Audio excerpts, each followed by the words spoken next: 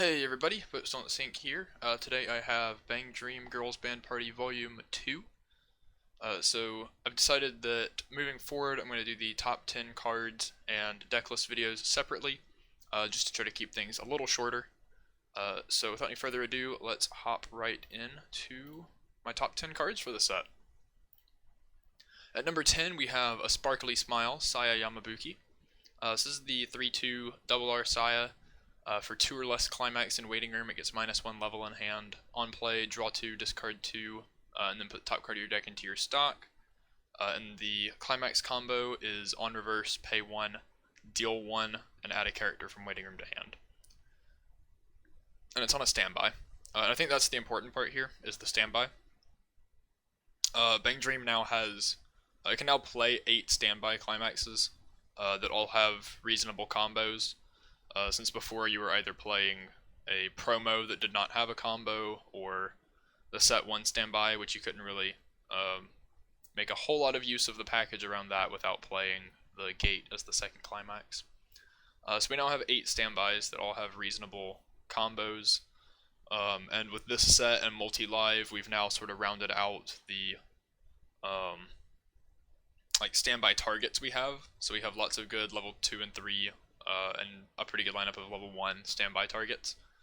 So at every level we have a reasonable sort of game plan that's not just us standbying whatever we have access to. This card's also, like, it's just pretty good for the deck in general, because it gives you, like, if you're doing 2 or fewer climax early play, it's probably right after refresh. So now you're paying 2 stock out, but it's only costing you 1. And you're able to discard 2, so you can fill your waiting room back up with standby targets pretty easily right after refresh, or at least something to standby that's better than just like playing it and passing. And then the climax combo sort of helps you keep up in damage and card advantage at the cost of 1 stock, which isn't huge since you're saving a stock on playing this anyway. So it fits in really nicely with the whole like standby game plan, since you can like play 2 of these, standby out and assist, something like that. And for the non-standby decks, even as just a vanilla early play, this is their only 1 cost early play that doesn't involve like changing or whatever. So it is nice that Bang Dream finally has access to a 1 cost early play. But I think the biggest implications behind this card are the 8 standby deck gets a lot more viable with this set. And this card is a lot of the reason why. Dealing 1 and adding a character from waiting room to hand is really nice combo to have access to. Even if you're only resolving it in like 1 lane, because you're a standby deck and you probably 1 board anyway. Moving to number 9, we have, with everyone's help, Kanon Matsubara. So this is one of the 5 Fever cards in the set, which might look a little intimidating at first, but I'll talk about how it works. So first effect is it becomes a 55 if you have 2 or more of their music characters. And then auto climax combo at the beginning of the encore step. If a forced dance is in climax area, this card is on your center stage, and your opponent does not have any characters on his or her center stage, or all characters on your opponent's center stage are reverse, you may pay the cost if you do trigger Fever. So the way this works is basically, if you're familiar with Joker from Persona 5, if your opponent's board is center stage is empty, it'll go off, or if you've reversed everything that is there. So if they only have 1 character, and that 1 character is reversed, you get your effect. They just need basically no rest or stand characters in their center stage. And the Fever effect for this is choose up to 2 music characters in your waiting room, return them to hand, and this gets plus 1000 power until the end of your opponent's next turn. That's a lot of stuff for 1 stock. Yes, you have to clear your opponent's board, but pay 1, get 2 characters, and gain 1000. Puts you at 65, and you can salvage a counter. You're probably +2ing off of this. You might be +3ing off of this, just with this combo alone. And I think the Kanon is really important to sort of make sure it's known, because in Girls Band Party Volume 1, Hello Happy World has the level 0 Hagumi that can search your deck for a yellow climax on play. So you have a way to sort of search for this climax and recur it.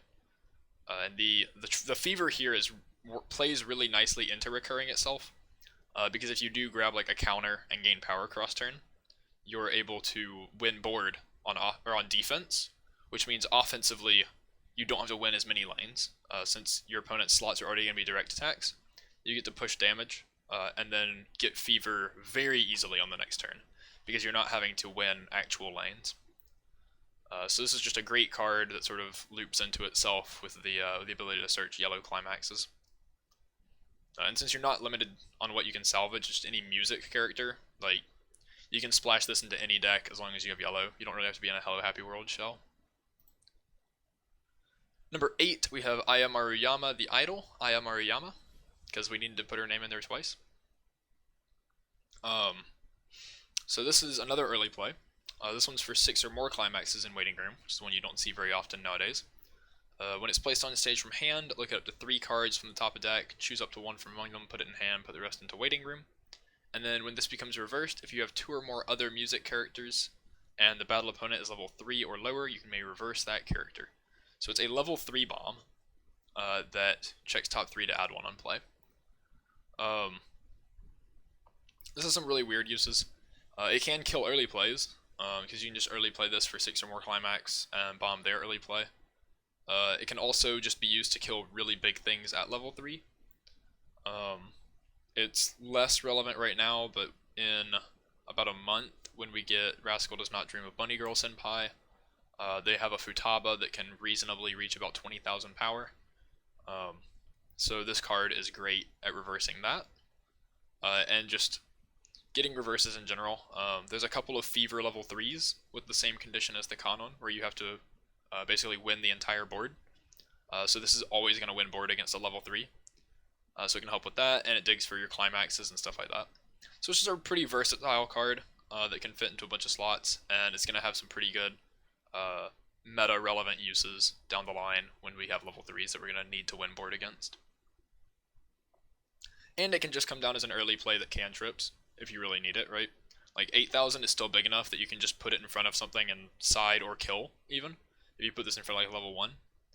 And then if your opponent tries to play something to kill it on their turn, you bomb them, so they don't really get as much value out of it.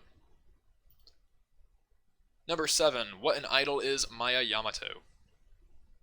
I would have this card a lot higher if it was not so restricted to pastel palettes. But so this is a 2/175. If your characters on stage have 4 or more colors in total, this card gets plus 1500, so it is a 9k base in the pastel palettes shell. And then climax combo, when battle opponent becomes reversed, if serious survivors in your climax area, look at up to 4 cards from the top of your deck, choose up to 2 pastel palettes characters from among them, reveal them, put them in your hand, put the rest in Waiting Room, and then you choose one of your characters and give it 1000 power. So this is kind of just like the generic Minami profile, except you get to add 2 instead of adding 1. But it is limited to pastel palettes. And you can see the cards on the side there. We have the climax as a comeback, which is kind of weird that it's a red climax with a yellow character. But we also have that red 1/0. And real quick, I'll let you know what that card does, because it's kind of relevant to why this is so good.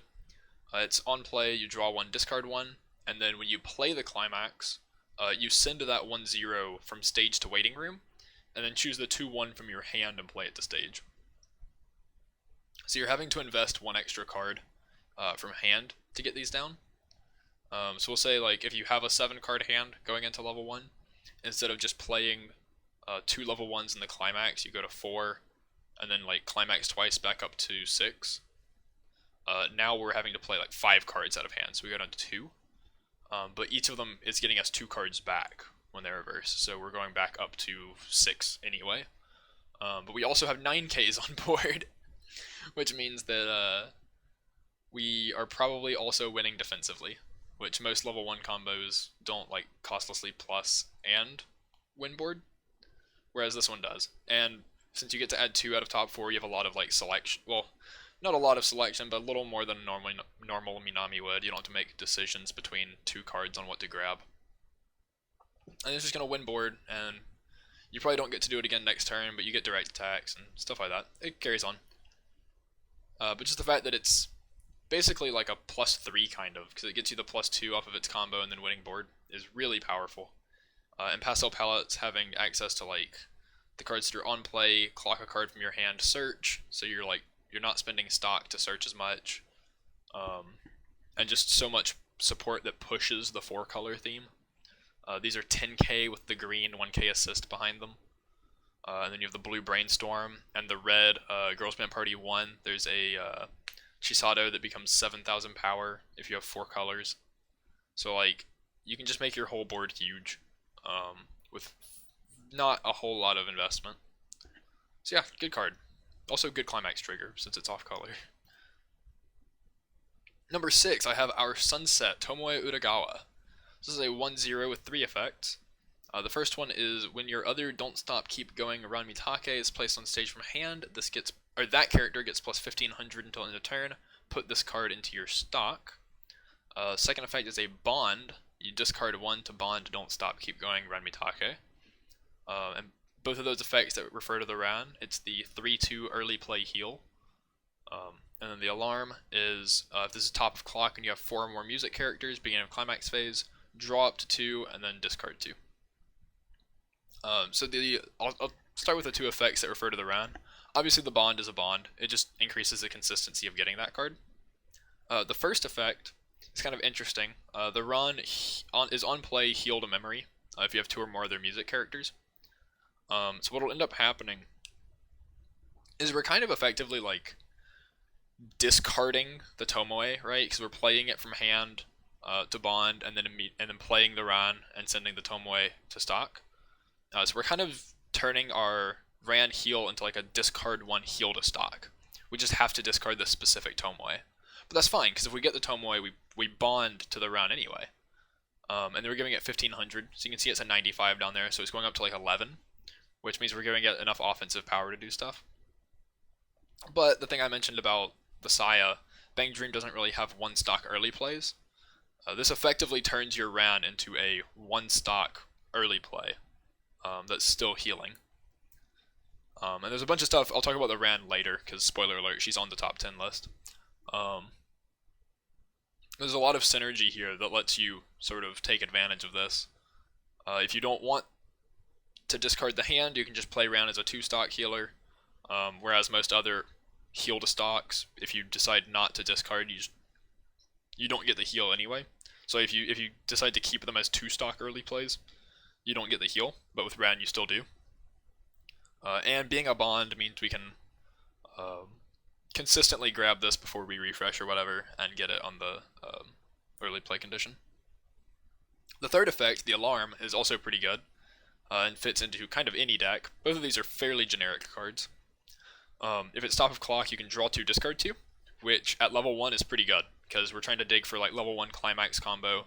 A lot of times the issue with decks is if they don't get their level 1 climax, they struggle a bit. So this lets us dig for the climax. If we're playing this in like the Pastel Palettes deck, it lets us dig for the 2/1 after we've played the 1/0, which those things are kind of sketchy. Like kind of risky playing your stuff down and then trying to draw into the climax. But the deck does have a lot of ways to like look at top and stuff like that through various means. So it's possible that you know the climax is there and then you draw it off of this and play it. In the standby deck, it lets you discard standby targets. You can draw into the standby, discard targets, play the standby, summon them. You can draw clean cards that you saw on top to increase, or like to dig deeper to try to hit the standby on attack. Just a bunch of stuff like that that's really cool utility from draw 2, ditch 2 for effectively no cost. You're probably clocking anyway this early, so clocking the Tomoe just means you get cool utility, hand fixing. Discard 2 is also just a good discard out. And then later in the game, if you have this in hand at level 2, you just get to play it, bond Ran, and go to town. So yeah, I really like this card. It does a lot of things. Number 5, Tears Overflowing Yukina Minato. So this is, once again, another early play. There's lots of those on this list. 3/8k. If Tears Overflowing Yukina Minato is in your level, this card gets -1 level while in your hand. So if you level 1 copy of it, you get to early play the next copy. And then if all your characters are Roselia, this gains 2k, so it becomes a 10,000 base, and on play heal. So this is just a super easy condition 8k healer that's 10k in the like mono Roselia deck. The reason I'm able to rate a card that needs to be in mono Roselia this high is because Roselia kind of just has everything by like after this set. You have an early play like cantrip dig, early play heal, multiple finisher setups, multiple forms of dig, off climax finishers, multiple advantage combos, multiple utility cards. Like you kind of just have everything, so you're able to play the mono Roselia deck if you really want. And I can't say for sure whether it's like better than just mixing bands or not, but you get a lot of stuff in the mono Roselia deck. So requiring all your characters to be Roselia is not a huge downside. And being like an effective 2/2 10k healer that's like just always 2/2. You don't have to worry about climax state or anything like that to get your early play condition. It's pretty good. Pretty good. Yeah, it's just a really conditionless card that heals. And if you're playing like the new level 3 combo, the Rinko from Girls Band Party Volume 2, you can play this as your healer since Rinko doesn't heal, stuff like that. Number 4 is also part of the Mono Roselia deck, Searching for Answers Yukina Minato. This is a 0/0 on play. Choose one of your other Roselia characters, give it 1,000 till end of turn. And Brainstorm. Pay 1 rest itself for each climax. Search your deck for a Roselia character. So all these effects are limited to Roselia. But again, Roselia has so much now that you're not really... Even if you're splashing a couple like off-trait cards, you're not hurting yourself by only being able to search Roselia or pump Roselia. And since it's a self-tap Brainstorm, you can put 2 on board, you can put this in some other utility back row, and it's just very, very generically good. It also means you don't have to designate or dedicate as many slots in your deck to the whole like resonate package and rely on being able to resonate every turn in order to get the top check off of the Rinko Brainstorm to get good like Brainstorm 4 and Brainstorm 5. This just is a regular Brainstorm, just takes up however many spots you want it to in your deck. So that's another good card. Moving to number 3, we have the Don't Stop Keep Going around Mitake. Talked about this card a little bit earlier on the Tomoe.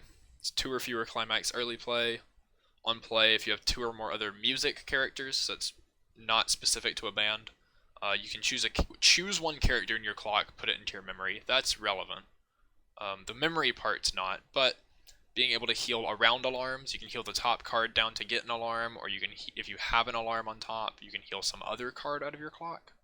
Or like if you have a clock early play condition. So this is 2 or fewer climax, you're going to want to play this first, in case you like pay out climaxes or anything, right? So you can play this first and heal like the 2nd or 3rd card down, and not heal off your clock early play condition. And then the last effect is Encore. Put 1 Afterglow character from your hand into your waiting room. So that one is trait limited. You do have to discard Afterglow. So in some decks, this Encore is not going to be as live as you would like it to be. But in a lot of decks that mix bands, you still might have like the Himari 2/1 clock bombs. You might have the Himari runners, or extra copies of the healer even. If you'd rather Encore than play a new healer. You might have that Tomoe alarm I showed, or any number of other cards really. Petite Ran, from the box topper from Garpa 1. You might just have like, you know, some number of Afterglow characters in your deck that you can use to Encore for this. And if not, it's a pretty easy heal to memory that gets you compression as you go. Yeah, so I think this is a good card overall. It really shines in decks that play enough Afterglow, so like Mocha top end decks or whatever, to Encore it, since keeping your 2 soul beater around without having to pay extra stock is really powerful and helps you keep up tempo. Moving to number 2, we have Making Cookies Once More Lisa Imai. So this is a 3/2. First effect is Experience. If Tears Overflowing, Yukina Minato, which is the early play healer we looked at. And this time I will, Sayo Hikawa, which is a clean cut. Are in your level, this gets plus 2,500 power, so it becomes a 10/5. When this card's placed on stage from hand, look it up to 3 cards from top of your deck, choose 1, put it in hand, put the rest in waiting room. And the last effect is on attack, pay 1, discard a Roselia character to deal 1 damage. So instead of pay 2, ditch 1, we get to cut down on a stock cost, we have to discard a Roselia. So this is kind of like the Ran in that it doesn't have to go in the Roselia deck, it shines a whole lot more in decks that have enough Roselia to make use of its effect. You'll probably see this a lot in decks that don't play the experience conditions, and just leave this at 8k, since it has 2 relevant effects that aren't tied to the experience. The first one is check top 3, add 1, which in Yukina decks especially, you don't have a lot of good dig right now. Your only dig is the Sayo early play, which is draw 2, discard 1. This is a lot better than Sayo, because this gives you an off-climax finisher that's cost-efficient and can go alongside Yukina in slots where you don't have reverses, and it's dig at the same time.